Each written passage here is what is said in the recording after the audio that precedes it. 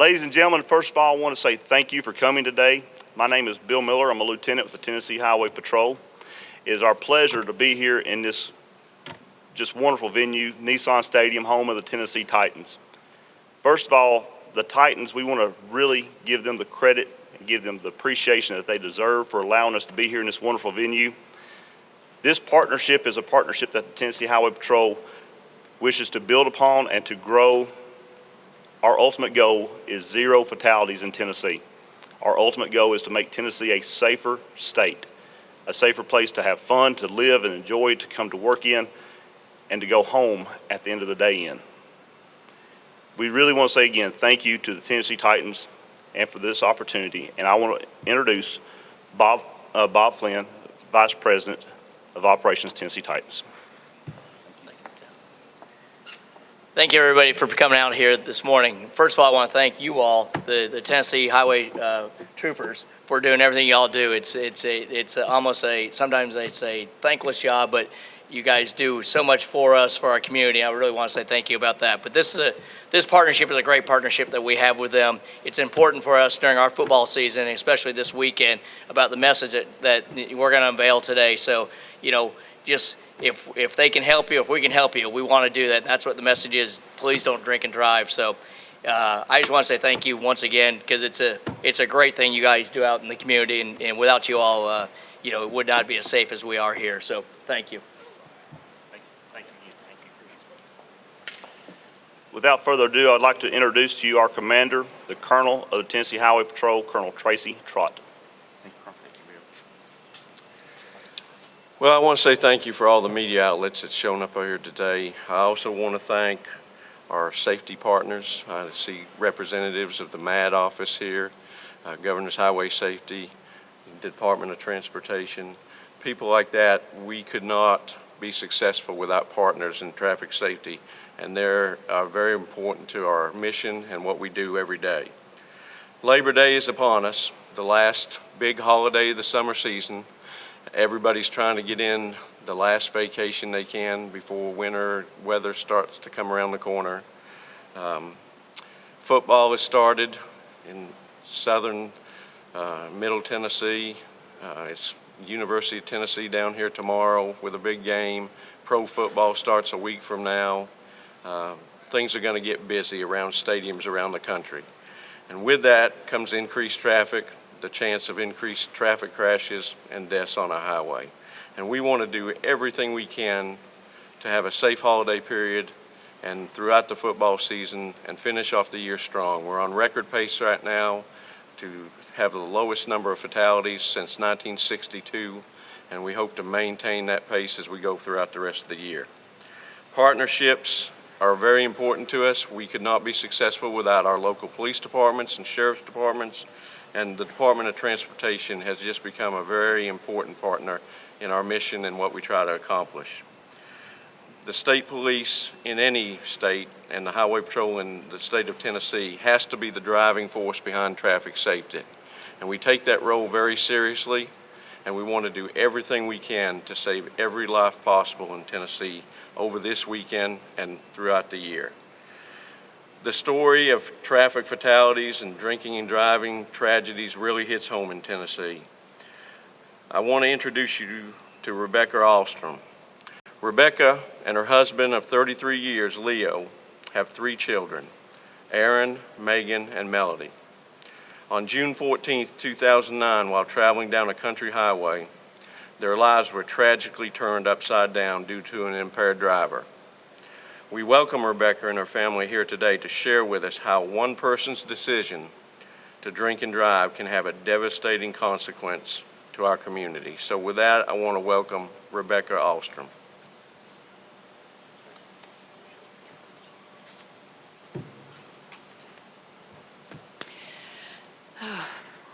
First, I want to thank Commissioner Gibbons, Colonel Trott, Commissioner Schroer, and Director Poole, and of course MAD, who we've partnered with as a family for the last 5 years.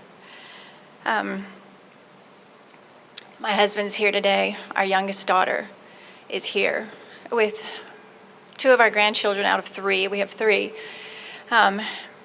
And I'm so thankful and privileged to be able to share our story very quickly. What I'd like to say is there's so much I could say about our daughter, Megan. I have her picture here. That smile says so much. She was my cheerleader. She was all about life and people and passion, and had a passion for God. Wrote in journals about wanting to make an impact in her world, and she was. She was all kinds of things. She was very involved in school. We have lived here. We call this home. We are Tennesseans, and my kids graduated from Mount Juliet High School. She graduated at the top of her class. She was involved in so many things. Again, like I said, very proud to be in this area and to affect people. She was an English tutor for the Hispanic community after she graduated. She was studying 6 languages and was going to travel the world and make a difference with those languages. Our life took a turn in 2009, as as Colonel Trott had mentioned, and it has rattled our world. We were an hour from home on a 9-hour trip, Megan and I, in our car.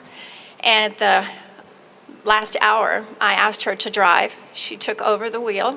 I kind of gave her bearings of the next couple of landmarks to look for.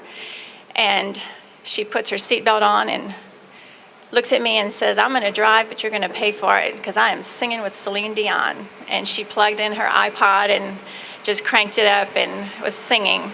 And that was... It was the last I heard from my daughter, basically, was her singing, and she could sing. My husband's a music family.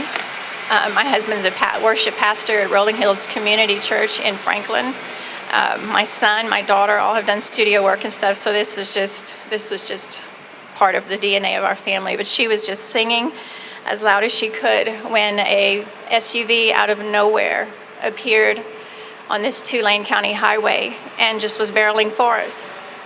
And we didn't make it a 1.5 miles down that highway with her trying to move over and get out of the way. It just kept barreling for us, headlights to headlights. She moved further over onto the shoulder of the road and just, it was inevitable what was going to happen. In the seat that I was just in for 8 hours, my daughter, in true Megan fashion, turned the wheel, knowing what was going to happen, and took the full brunt of the hit. Her whole side of the car, the driver's side, is missing, while mine is not. I was injured, but the physical injuries healed. It's the emotional, the heart parts that I struggle with and our family struggle with. As I mentioned, our youngest is here, Melody, and she has the 2 grandchildren that Megan will not get to see, will not get to watch to grow up. The other driver found out after, when I was in the hospital, that he had passed out at the wheel and doesn't remember anything. He went to prison after a series of hearings and trials, and I was put on the stand as the only witness fighting for my daughter because we were innocent victims of a very, very senseless, foolish choice. So I've had the opportunity to speak at various schools and victim impact panels and other situations, and I always come to the choices. Choices matter. Our daughter was making great choices for her community. She was making great choices for her family, for her faith.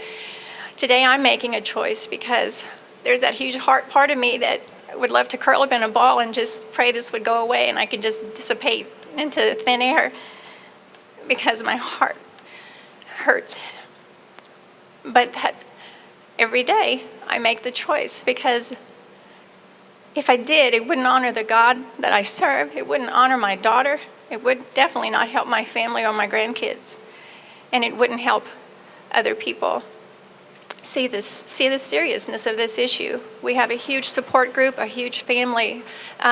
They get so involved in the drinking and driving push and of smart choices. And what I'd like to add is Joe, the other driver, passed out, doesn't remember anything, but he has to live with what he's done.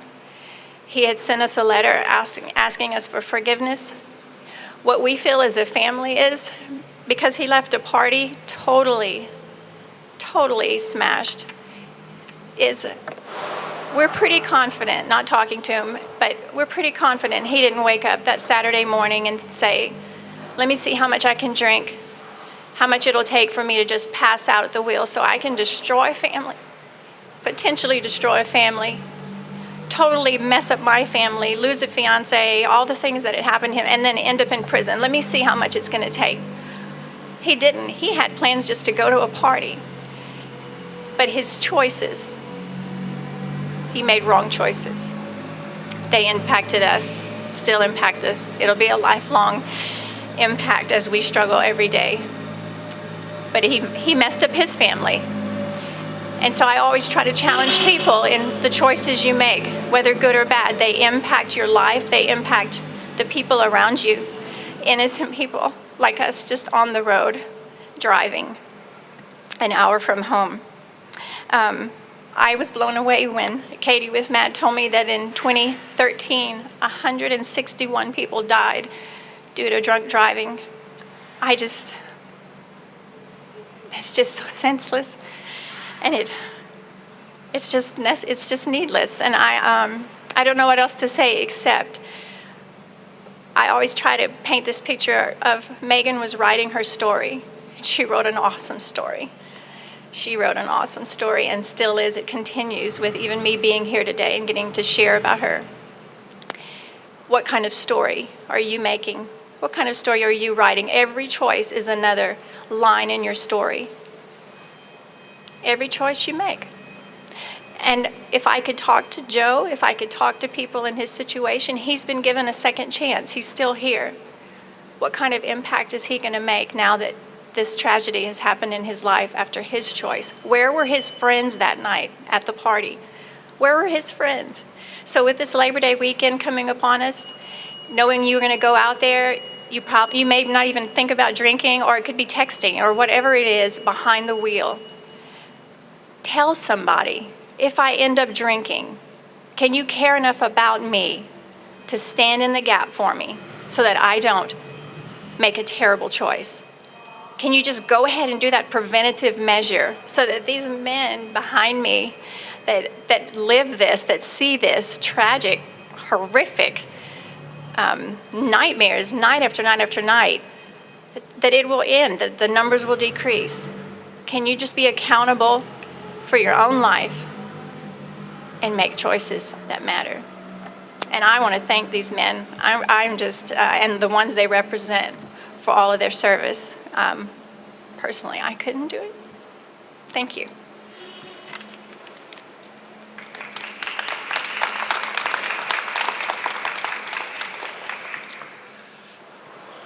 Well, it's hard to top that type of personal account and tragedy that happened to this family.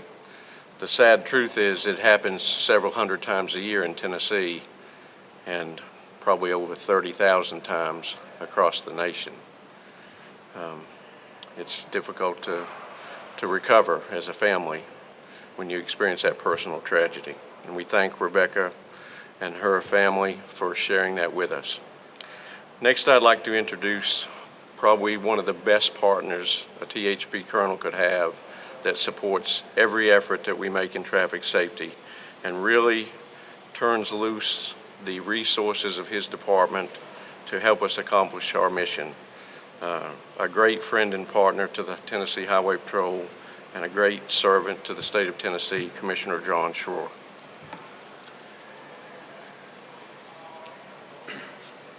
Rebecca, thank you for being brave enough to do this time after time after time.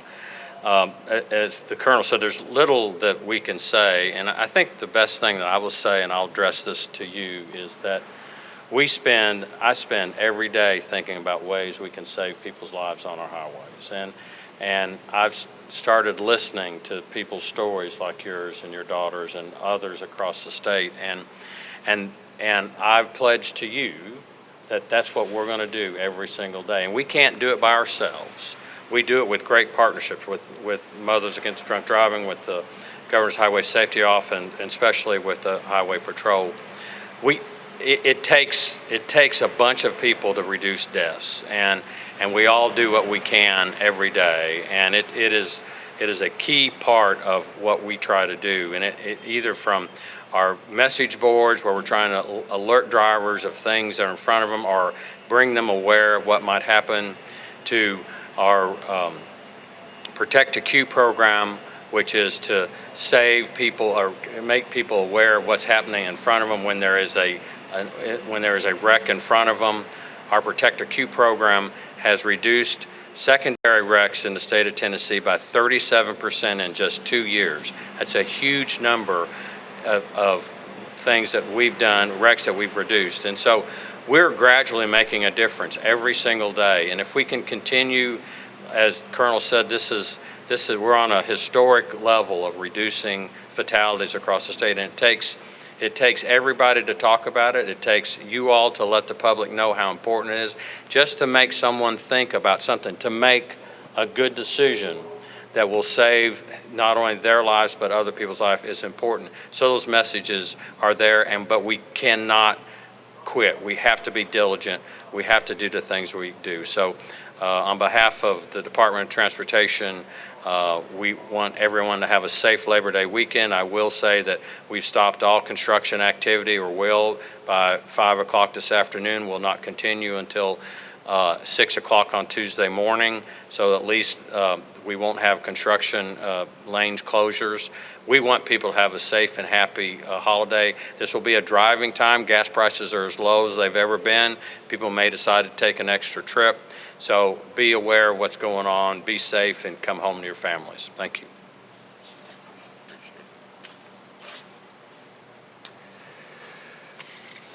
I'd like to talk just a minute about the THP's efforts over the holiday weekend, what you'll see.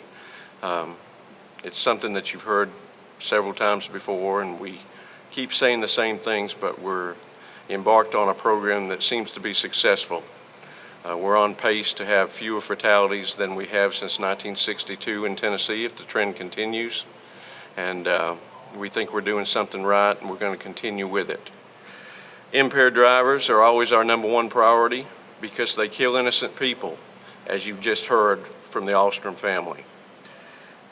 We've lowered that impaired driving fatality rate from what used to be 28% in 2010 in Tennessee down to under 19% this year. Seatbelt enforcement will always be our second highest priority. Traditionally, over half of our fatalities were unrestrained, as high as 54% a few years ago. With the enforcement that we've embarked on over the last few years, we've issued 70,000 citations this year alone for seatbelt violations. We have lowered that unrestrained fatality to 48%. So enforcement has made a huge difference. And there are a lot of people walking around today alive in Tennessee because of our enforcement of impaired drivers and seatbelt law. Our next on our list of priorities is the people who drive recklessly and speed. Hazardous moving violations kill people, and we want to do everything we can to stop those violations. And our fourth priority is distracted driving, which is becoming a huge problem in our country. Put your electronic devices away when you drive and make safe driving your #1 priority. We will have a strong presence on the highways this weekend. We have administrative people who are coming out of the offices and going to be working road shifts. We're going to be working people on overtime assignments. We will have DUI and driver's license checkpoints. We will be working with our predictive analytics model to put people in the right places at the right times to try to deter traffic fatalities. Captains have developed specific plans in each area of the state that they will be carrying out. This is the last summer holiday. We need your help in the public and the media to make it a safe one. And with that, I want to invite Kendall Poole, who is another great partner that I have in my mission to lower fatalities, to help us unveil the new cruises we have painted up and marked up. One of them has the Tennessee checkerboard on the rear of it, you'll see, and the other one is just the normal taxi yellow. Those vehicles will be stationed all over the state in the coming weeks and months to help people think about the choices that they have when it comes to drinking and driving. You can make one simple choice. You can pay up to $50 to ride in a taxi, or you can pay thousands of dollars to be arrested and ride in one of our cruisers. So with that, Kendall, would you help me try to unveil the new car? Sure.